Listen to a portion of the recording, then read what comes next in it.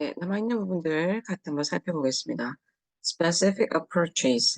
첫 번째, Content Based Language Teaching입니다. CBLT라고 줄여서 쓰는데요. 이전에는 CBLT가 아니고 Content Based Instruction에서 CBI라고 쓴 적도 많이 있습니다. 자, 역사를 거슬러 올라가 보면 in the late 20th century니까 20세기 후반에 이분들이 지금 Brighton, Stoller, 그다음에 Scala Progrel 이분들이 CBLT가 increases the intrinsic motivation empowerment 학생들의 어떤 내적 동기라든지 empowerment니까 학습자의 어떤 주도성, 주체성 같은 이런 부분들, 학습자가 가지는 어떤 선택의 여지 이런 것들을 증대시킨다고 얘기했습니다. As the students are focused on subject matter important to their lives, 학생들이 자신이 관심을 가지고 있는 학습자 중심의 어떤 주제, 그들의 삶과 관련된 주제 같은 것에 집중하면서 학습할 수 있기 때문에 이런 empowerment 같은 용어가 등장하게 된 것이죠. 자, 그리고 CBLT는 Center Students' Interest on Masterable Subject Matter Concurrently Acquiring Linguistic Ability. 그래서 학생들이 관심을 가지고 있는 어떤 주제적인 분야, 주제 분야 같은 것을 마스터링 하는 거니까 학습하는 것. 이러한 것에 대해서 이제 초점을 두면서 또 동시에 언어적 능력을 습득하는 데도 관심을 기울이고 있습니다. 그래서 내용 중심이라는 것은 내용만 학습하는 것이 아니라 어떤 흥미로운 내용을 학습하는데 이 영어라는 것을 거의 매체로 활용을 해서 학습을 함으로써 자연스럽게 언어적인 부분도 같이 습득하게 하고자 하는 바로 그런 접근 방식입니다. 스노우라는 분도 좀 유명하신 분인데요. Integration of language teaching aims with content instruction. 그래서 언어 학습의 어떤 통합, 이런 것이 내용 중심 학습의 목표가 되고 있습니다. 내용이랑 그 다음에 언어적인 부분들 이런 것들 합해서 이제 학습을 하게 된다는 얘기고, 아까도 이분들도 마찬가지로 유사한 주장을 합니다만 봅시다. The concurrent study of language and subject matter with the form and sequence of language presentation dictated by content material. 동시에 학습한다는 얘기죠. 즉, 언어와 주제에 관한 것들을 동시에 학습한다. 즉, 언어를 제시하는 것에 대한 어떤 형태, 그다음에 sequence니까 배열이겠죠. 이런 것과 더불어서 by content material이니까 어떤 흥미로운 소재를 선택하고 그 소재에 의해서 제시되는 발화되는 뭐 이런 뜻이니까 소재가 제시하고 있는 바로 그러한 언어의 형태, 그 다음에 언어의 배열 이런 것들에 따라서 그 언어적인 측면과 그 다음에 내용, 주제적인 측면을 동시에 학습한다. 위와 거의 같은 내용이죠. Students are pointed toward the matter of meaningful concern. 그래서 학생들은 좀 의미 있는 그러한 관심사의 문제를 향해서 집중하게 되고 그런 것의 내용에 집중하게 되고 Language is a vehicle for accomplishing a set of its content goal. 그래서 이제 언어라는 것, linguistic aspects는 결국 내용적인 어떤 목표를 달성하기 위해서 그러한 목표를 수행하기 위한 어떤 일종의 도구가 되겠습니다. 문제점은 뭐냐 하니까 도전적인 부분, 즉 조금 이것을 실현하기에 어려울 수 있는 이런 부분들이 뭐냐 하니까 a demand for a whole new genre of textbooks and other materials and the training of a language teacher to teach them. 학습자 관심이 다양하다 보니까 그 학습에 활용이 되고자 하는 그런 교재라든지 자료, 이러한 것들에 대해서 좀 요구사항이 많겠죠. 좀 새로운 자료, 최신 자료, 뭐 완전히 조금 기존의 교과서와 다른 어떤 자료들, 이런 것을 구한다는 것이 또 이제 교사에게 조금 부담감이 될 수도 있을 것이고, 그 다음에 이제 이거를 또 가르치려면 교사가 이제 준비하는데 시간이 조금 많이 들 겁니다. 어떤 식으로 가르칠 것이냐에 대한 고민도 많이 필요하고, 뭐 과학과 관련된 지문, 대표적으로 이제 우리가 인문학을 중심으로 학습하고 있기 때문에 과학이라든지 뭐 역사라든지 이런 것과 관련된 지문을 가르치려면 좀 많은 학습과 이제 교사로서의 학습과 준비 과정이 많이 필요하겠죠. Teachers have to become a double expert in discipline and language. 그래서 이제 마찬가지로 교사는 double expert가 돼야 된다. 언어뿐만 아니라 그 학습 영역이죠, 이거는. 그러니까 과학이나 음악이나 뭐 미술이나 이런 것들을 가르친다면 그 영역에 대한 어떤 또 다른 전문가가 돼야 됩니다. 준비량이 많아지겠죠. Team teaching models alleviate this drawback. 그래서 이제 팀 티칭 모형이 이러한 단점을 조금 줄여줄 수는 있습니다. 과학을 이제 영어로 가르칠 때 과학 교사와 함께 팀 티칭을 하는 거죠. 이건 이제 갖추어진 환경 내에서 가능한 케이스가 되겠습니다. 우리나라에서는 이제 이건 쉽지 않을 것 같고요. 그 해당 학교가 특별히 이제 컨텐츠 베이스드 러닝을 어떤 학교의 프로젝트 사업으로 하고 있을 때는 이렇게 교사들 간에 협력해서 가르치는 경우가 있긴 합니다만 일상적으로는 이렇게 가르치지 않다. 어, 영어 교사가 학과 교사에게 자문을 구할 수는 있겠지만 실제로 팀 티칭으로 수업을 짜서 들어가는 건 쉬운 일은 아닌 것 같습니다. Target academic or occupational instruction over an extended period of time at intermediate to advanced proficiency levels. 여기 수준을 보면은 intermediate부터 advanced proficiency level가 있습니다. 즉 초보자에게는 좀 적합하지 않다는 의견이 좀 많습니다. 아무래도 내용에 포커스를 두고 linguistic 포인트를 그냥 이렇게 사이드로 같이 자연스럽게 학습하는 구조다 보니까 어휘라든지 문법, 기초 지식이 너무 약한 학생들은 사실 따라오기가 쉽지 않은 구조로 되어 있는 거죠. 그리고 이제 학교도 마찬가지겠지만 학교보다는 뭐 학원이라든지 혹은 뭐 대학이라든지 아니면 직업과 관련된 어떤 그러한 학습 과정들에 좀 적합할 것이고, 그 다음에 조금 기간도 좀 필요하다는 얘기죠. 단기적으로 할 수 있는 게 아니라 학습 기간을 조금 넉넉하게 잡아놓고, 네, 컨텐츠 베이스드 러닝을 조금 적용하는 것이 효과적이겠다. 자, 그 다음에 CBLT랑 굉장히 유사한 것이 Immersion하고 Sheltered Models가 있습니다. Immersion 교육이 조금 우리나라에서 한때 조금 유행을 했었죠. 이게 몰입교육이라고 합니다. 몰입교육이 유행한 지가 벌써 한 15년 정도 된 것 같은데요. 거의 이제 위와 같은 형태로 이루어져 있습니다. 볼게요. CBLT has been linked with several related models of education. CBLT가 현실적으로 여러 가지 종류의 학습 모형과 연결돼서 수행이 되어 왔는데, immersive models began half a century ago in Canada and in US with programs that sought more intensive instruction in French and Spanish for native English-speaking children in elementary school. China, Hong Kong, Hungary, Finland, and Spain. 2014년 기준으로 봤을 때 이 몰입교육이라는 것이 캐나다하고 미국 일부에서 뭐 하프 센츄리 그러니까 한 50년 전에 이제 실시가 되기 시작했다. 이 프로그램이 보통은 intensive instruction이니까 집중 강좌겠죠. 뭐 단기 집중일 수도 있고요. 뭐 한 2달, 뭐 3개월 뭐 이런 식으로 뭐 이렇게 집중적으로 하니까 어떤 때는 짧은 데는 뭐 2주, 3주 이렇게 해서 하루 종일 이제 영어만 쓰는 거죠. 불어하고 스페인어를 배우기 위한 그런 코스였다. 이것도 보니까 지금 초등학생 대상으로 하고 있습니다. 그죠? 그래서 초등학교에서 Native English Speaking Children이니까 이 영어를 사용하는 아이들한테 불어라든지 스페인어 이런 것들을 좀 집중적으로 가르치기 위해서 굉장히 집약적으로 행하던 교육 형태였습니다. 그런 아래서 지금 이제 적용이 된 걸로 나타나고 있네요. 그 다음에 이제 sheltered models deliberately separate alpha students from native speakers for the purpose of content instruction. 조금 이제 이것과는 모양이 조금 다르죠. sheltered model이라는 것은 의도적으로 학습자 L2 students를 분리시킵니다. From native speakers 하고 for the purpose 보니까 뭐 내용 학습을 위한 목적으로 학습자들을 네이티브 스피커하고 일정 기간 분리시키고 난 다음에 students must content stay가 있으니까 내용에 대한 학습을 조금 더 집중적으로 먼저 한다는 얘기죠.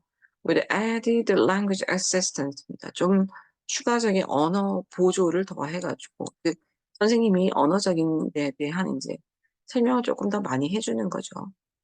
기본적인 CBLT나 이제 immersion 같은 것이 조금 더 내용 중심이고 언어적인 측면을 자연스럽게 그냥 이렇게 배우게 된다고 해서 포커스하지 않는 것과 조금 다르게 얘네들은 이제 초반부터 학습자들은 내용에 조금 더 적응을 할 수 있게 해주는데 그때 언어적인 도움을 좀 준다는 거죠. 그래서 teachers modify the presentation of material. 자료에 대해서 조금 이제 가공을 하겠죠. 학습자가 좀 이해하기 쉬워야 되니까. 그 다음에 practice difficult words, 그러니까 어려운 어휘를 미리 가르쳐 주기도 하고, suggest reading comprehension strategies. 어떤 식으로 이제 언어 학습을, 외국어 학습을 해야 되는지 전략도 좀 가르쳐 주고, explain grammatical structures, 문법적인 설명도 해줍니다. 그 다음에 offer form focused feedback. 폰 포커스드 한다는 것이 문법적이라는 얘기죠. 그래서 이런 것들에 대한 오류에 대한 피드백이라든지 끝나고 나서 또 정리를 해준다든지 이런 과정들이 있다는 얘기예요. 이머전에서 조금 보완이 된 형태라고 보여집니다. 몰입교육은 초등학교에서 우리나라에서도 많이 사실은 실험적으로 적용이 됐었습니다. 제 대략 한 15년, 20년에서 15년 전쯤 사이인데요. 그때 초등학교에서 뭐 체육과 영어, 음악과 영어 이런 식으로 결합을 해가지고 학생들이 이제 이렇게 조금 예체능 교육하고 대부분 이제 좀 즐겁게 영어를 학습하는 그런 경험을 함으로써 일찍이 영어를 조금 재미있게 받아들일 수 있는 그런 프로그램들을 수행할 때 몰입 교육이 실시가 되었었고, 그때 관련된 논문들도 꽤 많이 발표되었었던 적이 있습니다. 관심 있으신 분은 좀 찾아봐도 한국 모형도 충분히 있다는 거, 네, 활용하시면 될 것 같습니다. 다음에 bilingual education 볼게요. 바이링구얼 하다는 건 다 알고 있죠. 이제 두 가지 이중 언어를 사용하는 교육이기 때문에 여기 보면은 이제 조기 교육 이런 얘기 나온다 그죠. 자, bilingual education as an approach in which two languages are used as a media of classroom instruction. 이 바이링구얼 교육이라는 게 결국 두 가지 언어가 교실 수업의 매체로서 함께 활용이 된다. 영어도 있고 이제 한국어도 있고. So that students receive some of their instruction in one language and some in the other. With the proportion of each. 그래서 일정 부분에 대해서는 이제 영어로 학습을 하게 될 거고 또 다른 부분에 대해서는 이제 한국어로 모국어로 학습을 하게 되는 거겠죠. Varying according to program type, goals, and contextual influences. 그러면 학습 중에 이제 이러한 모국어나 외국어의 활용 비율이 어떻게 달라지냐 하니까 프로그램의 어떤 형태라든지 목표, 목적, 그 다음에 맥락적인 영향, 거기서 이제 요구하는 것이 무엇인가, 조금 더 중점을 두는 것이 무엇인가, 학습자 요구라든지 이런 것들에 따라서 언어 사용의 정도가 달라진다는 얘기죠. 수업 전체는 영어로 할 수는 있고, 예를 들자면 뭐 문법이라든지 어휘 같은 설명은 또 모국어를 섞어서 수업을 할 수도 있고, 예를 들자고 하니까 elementary level에서 초등학교 수준에서 조기 교육도 보통 이런 식으로 행해질 수 있고요. 한국어와 이제 영어를 섞어서. 그 다음에 이제 transitional programs, developmental or L1 maintenance programs. 이런 것들이 이제 초등학교에서 시행될 수 있다. 어떤 문화적 환경이 바뀔 때 적응하는 어떤 프로그램이든지 발달 과정에 맞춘 어떤 학습 과정. 그 다음에 이제 모국어를 어느 정도 또 조금 유지하면서 완전히 이제 뭐 제2외국어로 넘어가서 모국어를 완전히 등한시하는 게 아니라 어느 정도 두 언어를 병행하고자 목표를 둔 그런 프로그램에서는 충분히 활용할 수 있겠죠. 자, higher education level이니까 고등교육 수준에서는 이제 language for specific purposes, content-based immersion programs. 이런 경우에 이제 두 언어를 활용할 수 있다. language for specific purposes는 밑에 조금 있다가 나올 겁니다. ESP라고 해서 한번 제가 수업 중에 말씀드렸는데 특수 목적 영어 교육 이렇게 되겠죠. 특별한 목적성을 띤 학습, 뭐 직업에 대해서 우리가 그 특별한 어떤 직업 영역을 위해서 영어를 준비할 때 또 그에 맞는 컨텐츠를 선택하게 되는데 이것도 사실은 컨텐츠 베이스랑 좀 가깝죠. 이런 경우에 모국어를 섞어서 이제 활용을 하고 또 컨텐츠 베이스드 immersion 프로그램이니까 위에서 살펴봤던지 이런 경우가 되겠죠. 사실 초등학생들을 데리고 이런 immersion을 할 때 이제 immersion 자체는 원래는 이제 영어만 쓰는 것이 사실은 이제 기본 원리겠지만 여기서 이제 학생들 수준에 따라서는 모국어를 좀 사용을 해줘야 수업에 따라올 수 있고 지시사항에 대한 이해가 또 가능하겠죠. 그래서 바이링구얼한 방향으로 섞어서 쓸 수도 있습니다. 물론 여기 이제 higher education 레벨이지만 higher education이라고 해서 전부 다 이제 고난도인 것은 아니거든요. 그래서 고등교육이지만 또 초보자를 대상으로 할 때는 충분히 또 immersion이지만 모국어와 외국어를 섞어서도 병행할 수도 있다. More widely, it has been effective in many contexts. 이렇게 두 가지 언어를 활용해서 수업하는 것이 전 세계적으로 효과가 있더라는 거죠. 이런 면에서는 너무 영어 수업을 100% 영어로 하는 것만 우리가 이렇게 생각해서는 안 될 것 같다는 생각도 듭니다. 우리가 이제 뭐 시험을 칠 때, 특히 2차 시험을 준비하실 때 100% 영어로 이제 수업을 대부분 준비하시는데요.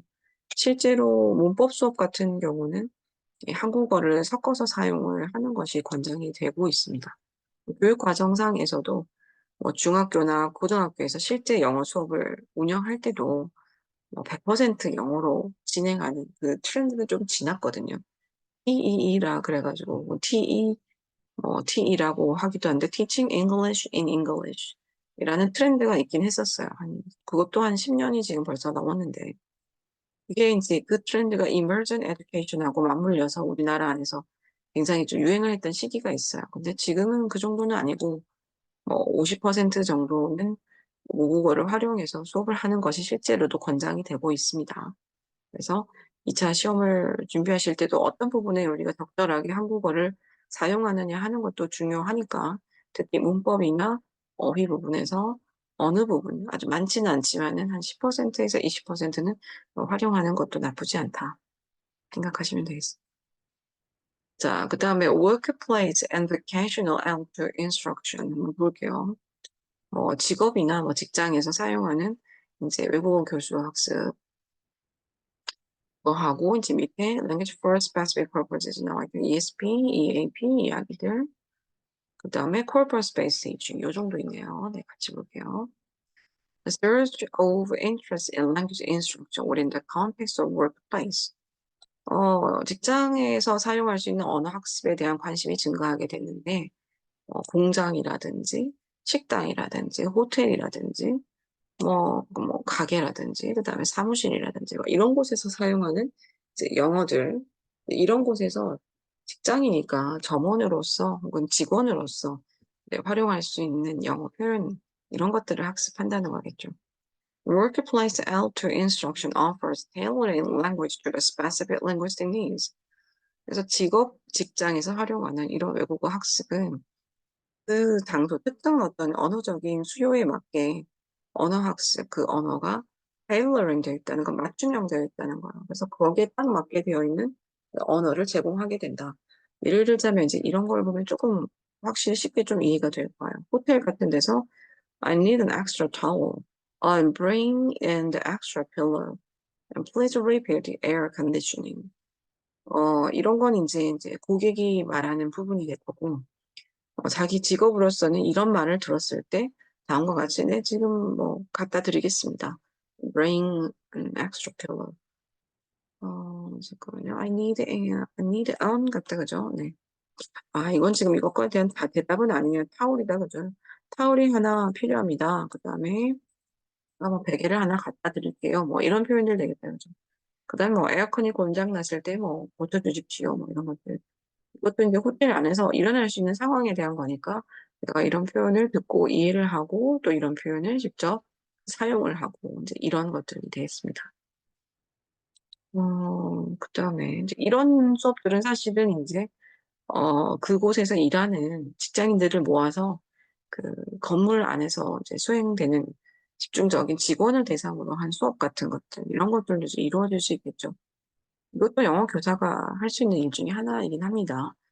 학교에서만 수업을 하는 것이 아니라 이런 특정한 어떤 직업, 직장에서 영어 교육을 필요로 하는 경우가 종종 있거든요. 호텔은 더 그렇겠죠.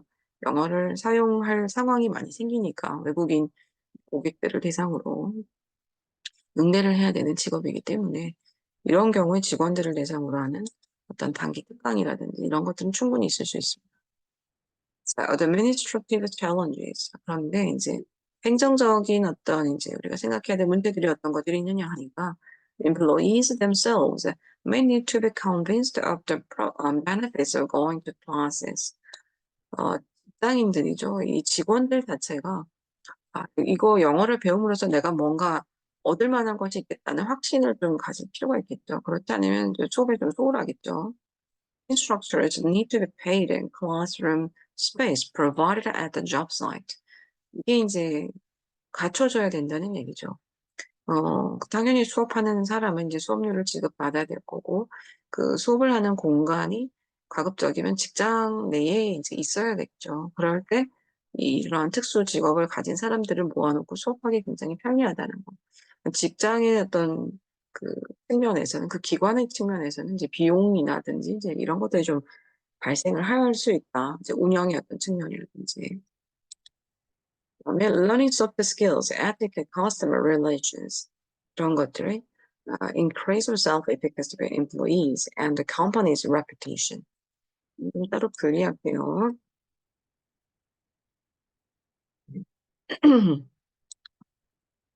이거는 challenge라기보다는 이제 이런 걸 배울 수 있다고 봐야겠습니다. 이 영어를 통해서 언어만 배우는 것이 아니고 어, 결국은 이 직원들도 이런 것들을 조금 배울 필요가 있죠. 어떤 직장이든지 간에 기본적인 에티켓, 예절이라든지 고객을 상대하는 직업이 대부분이니까 그럴 때 우리가 어떤 관계를 유지해야 되느냐, 어떤 식으로 영어를 표현을 해야 되느냐 이런 것들을 함께 배우는 거죠. 언어와 함께 에티튜드를 배우는 거예요. 이것이 결과적으로 어떠냐 하니까 그 직원들의 언어 실력만 늘리는 게 아니고 그 직원들의 어떤 자신감이라든지 자아 효능감, 내가 뭔가 할 수 있겠구나. 이 직장에서 나의 몫을 해낼 수 있겠다는 것들. 그 다음에 또 이제 그 직업, 그 회사 자체의 어떤 인지도라든지 명성을 높이는 데도 영향을 줄 수 있다. 영어로 굉장히 젠틀하게 응대를 했을 때 직원 본인도 자부심이 커지고 그 회사에 대한 이미지도 좋아질 것이다. 그 다음에 vocational and outdoor instruction is under the category of ASP. 지금 아까 잠깐 언급드렸는데 이 vocational 한 것들이 결국은 밑에서 ESP 영역하고 사실은 많이 겹칩니다. 이 책에서는 지금 분류를 해놨는데 기본적으로는 거의 같은 것으로 봅니다.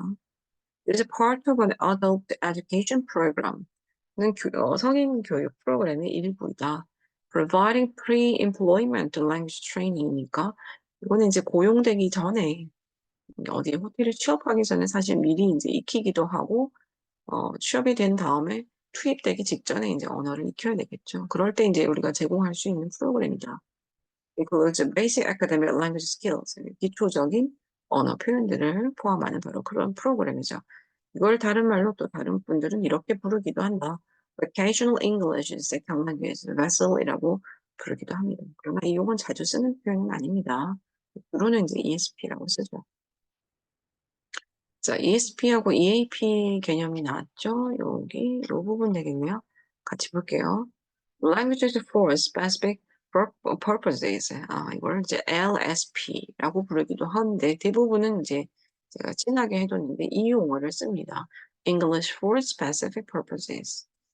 그다음에 이제 고등교육에서 대부분 또 하는 것이고 offshoots in English for academic purposes. EAP라고 하는데 이것이 근간이 된다. 이것이 이제 기본적으로 유행했던 거라면 이거랑은 짝을 이루어서 사실은 조금 대조적인 개념으로도 많이 씁니다. 학문적인 목적을 위한 영어잖아요. 이거는 사실 이제 대학 영어, 대학에서, 혹은 이제 대학원에서 쓰는 뭐 글쓰기 과정, 논문 쓰기 과정, 그 다음에 뭐 어학 시험에서 라이팅을 준비하는 과정, 이런 것들이 이제 EAP가 되고요. 회화라든지 실용 영어, 직장에서 쓰는 과정들, 이런 것이 EASP입니다. 그래서 분리해서 활용을 하고요. 짝을 이루어서 약간 대조적으로 활용을 하기도 합니다. Once the students have progressed beyond the intermediate stages in their L2, 학습자가 기본적으로 외국어에서 한 중간 정도 수준을 넘어서기 시작하면 they are prepared and motivated to accomplish tasks in a chosen vocation. 자신이 선택한 어떤 직업, 직장 내에서 업을 하기 위해서 준비도 좀 되었고 동기화도 좀 충분히 갖춰져 있는 상태가 된다. 존스라는 분이 The authentic words must be brought to the students 이렇게 제시했네요. 실제 세상이 학생들에게 제시돼야 된다. 그 ESP 코스에서는 시뮬레이션을 실제로 좀 많이 합니다. 학생들이 뭐 직장에서 대표적으로 면접을 보는 상황이라든지 고객을 응대하는 상황이라든지 이런 것들을 뭐 롤플레이나 배워오크나 그다음에 뭐 약간 드라마 플레이라든지 이런 것들 활용해서 충분히 할 수 있습니다. Students must learn to interact with the language as it's spoken or written in target situations. 말로 하는 어떤 구술 언어도 하고요. 쓰여진 것을 읽고 쓰는 것들 이런 것들도 실제로 필요한 거죠. 예를 들면 식당에서 주문을 받는다. 그럴 때 뭔가 표기를 하는 방법이라든지 이런 것들. 주문을 받는 것뿐만 아니라 여러 가지 이제 오더가 들어왔을 때 메모하는 것들, 이런 것들. 이런 방식으로 언어를 이제 활용을 하게 되는 거죠. 자, 이 ESP의 어떤 장점이라고 하는 것들은 이제 이런 것들이네요. Acquiring knowledge and skills of one's chosen field of study alongside developing the linguistic ability needed. 요구되는 영역에서 언어적인 능력, 필요로 하는 어떤 언어적인 능력을 발달시킬 뿐만 아니라 자기가 선택한 그 직장, 직업 영역에 대한 기술이나 지식도 같이 습득하게 된다. 아까 위에서 그 vocational 한 데서 배웠지만 soft skills, 즉 에티켓이라든지 매너라든지 이렇게 응대하는 어떤 팁 같은 것들이 있겠죠. 그런 것들도 함께 배울 수 있기 때문에 이것이 꼭 단순히 언어 학습만 포함한 것이 아니라 액션도 적절한 액션이나 어떤 포지션이나 이런 것들도 다 포함한다는 거예요. 그래서 결과적으로 ESP를 통해서 이 직원들은 이렇게 된다. Forming identity as a potential members of a larger community. 좀 더 큰 커뮤니티의 잠재적인 구성원으로서의 정체성을 형성한다. 즉, 호텔 직원으로서 이 호텔에 나도 이제 어떤 제대로 된 역할을 하는 제대로 된 기능, 어떤 이익을 가져다 주는 어떤 직원으로서 기능하게 되는구나. 나도 한 몫을 하는구나. 내가 지금 뭔가 기여를 하는구나. 이런 것들을 느끼게 되면서 자기 집단에 대한 정체성, 소속감들이 향상이 되게 되겠죠. As offshoot, genre-based pedagogy. 이것과 또 조금 이제 관련성 있게 발달해온 것이 genre-based pedagogy입니다. 대표적인 분이 지금 파트리지라는 분인데, genre-based 접근법은 보통 이제 라이팅 할 때 씁니다. 그래서 우리가 여기 나오면 이제 실용문 같은 것을 쓸 때 가장 많이 쓰기도 하고요. 그다음에 아카데믹한 것도 쓸 때도 마찬가지로 genre-based 한 접근법을 쓰거든요. 쉽게 말하면 여러 가지 종류의 글들을 보고 예시를 보고 사례를 분석해가지고 그것과 어느 정도 우리가 비슷한 방식으로 글쓰기를 함으로써 이 장르의 유형에 다가가는 것이죠. 그래서 절차는 이렇습니다. genre-based pedagogy 할 때 presenting students with a common genre in various professional communities. 다양한 어떤 직업 영역에서 사용되는 공통적인 언어 장르 같은 것을 이제 제시를 해주는 거죠. 직장에서 사용하는 이메일이라든지 어디에 이제 메모 같은 걸 적어놓는 것들, 편지 쓰기, 사업적인 어떤 비즈니스 레터에서 포함되겠죠.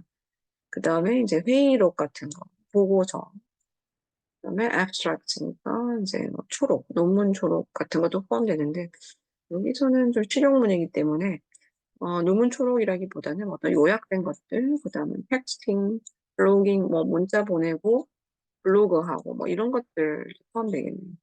그다음에 이제 이런 것들을 보여줌으로써 같이 이제 분석을 하고 비슷하게 작성해 보도록 하는 거죠. Focusing on students on discipline specific genres니까 이제 어떤 것이 있나 볼게요. travel brochures, 그러니까 여행 안내 책자. 이제 앞에 것들은 약간 포맷의 특징을 준 거면은 위에서는 그 다음 예시들은 지금 이제 컨텍스트가 조금 더 분명해졌죠. 직장 공간이 드러난다, 그죠? 여행사에서 일을 할 때, 그리고 여행 장소에서 가이드로 일을 할 때 이런 것들이 필요하겠죠. 이런 것에 대한 분석을 하고 만들어내기도 하고. financial report, 재정 보고서, 은행 같은데 뭐 일을 하게 됐다. 이런 것들을 읽고 쓸 줄 알아야 될 거고, precautions, 그러니까 뭐 주의사항 같은 거, essay, newspaper articles 이런 것들 직장에 따라서 활용하게 될 만한 그러한 장르의 글들입니다. 그래서 이런 것들도 우리가 뽑아서 같이 분석을 해보고 유사하게 작성해보는 그런 활동을 할 수 있겠습니다. 이것도 넓게 봤을 때는 이제 ESP에서 파생되어서 나온 그런 장르가 되겠습니다. 그 다음에 corporate based teaching 한번 볼게요. 여기까지 뭐 하면 되겠다, 그죠? 예, 여기까지 이어지겠네요. 그래서 코퍼스. 코퍼스를 연구하시는 분들이 굉장히 많이 계세요. 이게 유행한 지가 이것도 한 10년 정도 된 것 같은데, 여전히 많이 하시고 계십니다. 연구 주제 잡기도 굉장히 편하고, 데이터 수집하기도 편하고, 분석하기도 좀 편리하다고 하거든요. 저는 코퍼스 전공은 아니기 때문에 이쪽으로 논문을 써본 적은 없는데, 굉장히 많이 활용되고 있다는 것은 이제 여러 가지 학습하다 보면 등장을 하게 된다는 걸 알 수 있습니다. 콜포스라는 거 우리말로 해석을 하면 말뭉치 이렇습니다. 말뭉치. 재밌죠, 그죠? 쉽게 말하면 어휘 다발 이렇게 되는데요. 언어가 이제 한 덩어리로 활용되는 콜로퀴얼처럼 이렇게 약간 속어처럼 활용이 되는 거죠. 뭐 동사와 전치사 덩어리, 동사 전치사 목적어 덩어리, 뭐 이런 식으로 이제 덩어리를 가지고 검색을 해서 사람들이 어떤 정도의 빈도로 이걸 활용하는 거예요. 그런 걸 갖고 주로 분석을 하거든요. Corpus analysis 혹은 corpus linguistics라고 합니다. As a computerized approach to linguistic research. 있죠. computerized 된 접근법이라는 건 결국 이제 우리가 인터넷 검색을 통해 가지고 대량으로 이런 사례들을 모아서 이걸 추출해 가지고 데이터 분석한다는 얘기예요. That stores and analyzes written, spoken text in electronic form.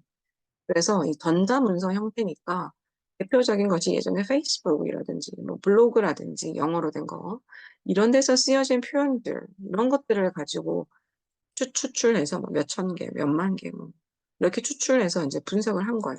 그러다 보니까 이 이제 학습 영역이, 연구 영역이 이제 이런 것들과 관련이 되겠죠. 신텍스, 이제 렉시콘, 통사적인 문장 구조, 그 다음에 어휘, 담화, 장르, 그 다음에 dialect는 이제 그 지방에서 특별히 쓰는 방언 같은 거, 그 다음에 언어 스타일, registers. 이것도 이제 특정한 상황에서 발화자들이 사용하는 언어들 있죠. real language입니다. 이런 것들을 분석하는 것이 연구 대상입니다. 페이스북에서 친구들 간에 활용하는 언어들, 뭐 이런 것들을 이제 뭐 대상으로 연구를 한다. 아니면은 뭐 쇼핑과 관련된 블로그를 분석했는데 쇼핑과 관련된 혹은 어떤 특정 제품 광고와 관련된 블로그는 주로 이런 표현들을 사용하다. 뭐 이런 것들. 여러 가지 소재가 나올 수 있습니다. 무한하게. 지금 이게 보면은 이제 등장한 지 그렇게 오래되지 않았다는 것은 결국 컴퓨터 인터넷으로 데이터가 많이 구축된 다음에 등장한 거기 때문에 각종 최신에 이제 등장한 연구법이고 지금 오히려 이제 데이터가 훨씬 더 많이 누적이 되는 거죠. 그래서 좀 연구하기 오히려 조금 더 편리해지고 있다. written corpora, 쓰여진 말뭉치. 보통 이제 이걸 가지고 하는 게 조금 더 편하겠죠. 이제 자료를 수집하는 것이. 그리고 이제 이걸 가지고 가르친다는 거죠. 수집을 해서 지금 우리가 티칭에다 적용을 하자면 연구를 할 수도 있고 학습자에게 제시해서 가르칠 수도 있는 거예요. 이때는 이렇게 활용합니다. 이렇게 제시해 주는 거죠. academic, journalistic, or literary prose. 그래서 뭐 학문적인 글쓰기라든지 journalistic이니까 뭐 신문 기사 같은 것들, 그다음에 문학적인 것들, 이런 산문체들, 이런 문체들이나 문장들에서 자료를 수집해서 연구를 하거나 학생들에게 이럴 때는 주로 이런 표현을 씁니다. 이렇게 이제 제시해서 가르치는. 마찬가지로 spoken corpora, 이건 사운드를 수집하는 건데 이거보단 좀 어렵겠죠. Conversations among friends, theater or television script, speeches, classroom language 이런 것들을 또 수집하는 거죠. 친구들 사이의 대화는 영어로 할 때 이렇고 극장이나 TV 대본을 살펴서 분석하니까 요즘 트렌드는 이렇고 연설문이나 혹은 뭐 교실에서 사용하는 영어들은 이렇더라. 분석해서 제시해서 가르쳐 줄 수도 있고 또 어떤 것들이 있냐 하니까 other corpora, academic presentations, lectures, interviews, textbooks, group discussion, office hour conversations, 그다음에 academic word list. 이런 것들이 전부 다 예, 연구의 자료로 활용될 수도 있고 또 학습자에게 이런 것들이 있습니다. 추출해서 보여줌으로써 학습의 자료로도 활용될 수 있습니다. 뭐 빈도가 높은 것들이 쉽게 말하면 많이 활용된다는 얘기예요. 자, research focus는 어떠느냐 하니까 주로 이제 이 포커스 영역에서 이런 데 많이 활용이 됐다. Hundreds of millions of words, phrases, and collocation. 굉장히 많은 숫자들의 무한한 거의 무한대죠. 이 정도면. 단어, 그다음에 뭐 구문, 뭐 구절, 그다음에 collocations니까 아까 말씀드렸던 수거처럼 연결해서 쓰는 것들 있죠. 뭐 동사, 전치사, 동사, 부사 뭐 이런 구들. 이런 것들에 관해서 연구가 굉장히 많고요. Classified within a linguistic context of co-occurring words before and after the target item. 특정한 어휘 전후에 어떤 식으로 동시다발적으로 이러한 단어의 조합이 발생하느냐. 어떤 단어 앞에는 주로 이 단어 짝을 섞어서 쓴다. 이 단어 뒤에는 주로 이러한 표현이 따라온다. 이런 것들에 대해서 이제 연구를 하는 거죠. 연구를 하고 아까 말씀드렸지만 수업에 적용하기도 괜찮습니다. 콜로케이션 같은 경우는 수업 가르치기 굉장히 유용하죠. 학생들이 동사의 성질을 파악하면 영어 라이팅이라든지 스피킹에 굉장히 도움이 많이 되죠. 워커가 다음과 같이 얘기했네요. Standard corpus-based academic word list. 표준화된 어떤 corpus-based 된 학문적인 어휘, 문구 이걸 제시했다. In which lexical and grammatical factors are linked and vocabulary presented in context. 그 목록을 보니까 어휘라든지 문법적인 요소들이 서로 이렇게 잘 연결이 되어 있고 맥락 속에서 어휘가 어떻게 활용되는 이런 것들이 이제 잘 되는 편이에요. 그다음에 마이클 루이스 이분도 좀 유명한데요. 이분의 lexical approach. 예전에 오히려 이제 lexical approach라고 불렀었고 지금은 이제 corpus라고 오히려 이제 얘기를 좀 많이 하죠. lexical이란 말 대신에 corpus 좀 많이 쓰는 거죠. 볼게요. Essential building blocks of language are words. 언어를 구성하는 필수적인 building blocks니까 구성 요소들이 바로 단어다. 그다음에 단어의 조합이다라고 이분이 이제 주장을 한 거죠. He emphasized lexical phrases or collocations as central to a language courses. 그래서 그는 이제 다음과 같이 언어의 어떤 구라든지 collocation이나 이런 것들, 단어의 짝 있죠. 여기 보면 예시를 보면 좀 더 빠릅니다. Do my homework, do one's homework. 그다음에 a job이 아니라 a good job. 그다음에 그냥 커피가 아니고 보통 썸을 붙여 쓰거든. 아, little coffee가 아니라 some coffee구나. 이런 식으로. few coffee가 아니라 some coffee구나. 이렇게 합쳐서 이제 학습을 하는 거죠. 이런 식으로 학습하는 것이 굉장히 효과적이라고 이제 강조를 했다는 얘기예요. 이제 이렇게 주장하는 사람도 있고 또 이제 언어 단어의 단순 조합을 넘어선다라고 whole language approach 같은 데서도 얘기를 하죠. 그래서 단어 조합이 언어의 뭐 핵심이다 이런 사람도 있고 단어가 아니라 전체 맥락, 전체 이제 조합을 이룬 문장 단위 이상이 좀 더 중요하다라고 보는 분도 있고 언어에 대해서 보는 관점의 차이가 있다 보니까 접근 방식도 주장하는 접근 방식이 조금 달라지는 것 같습니다. 자, 여기까지 한번 보도록 하겠습니다.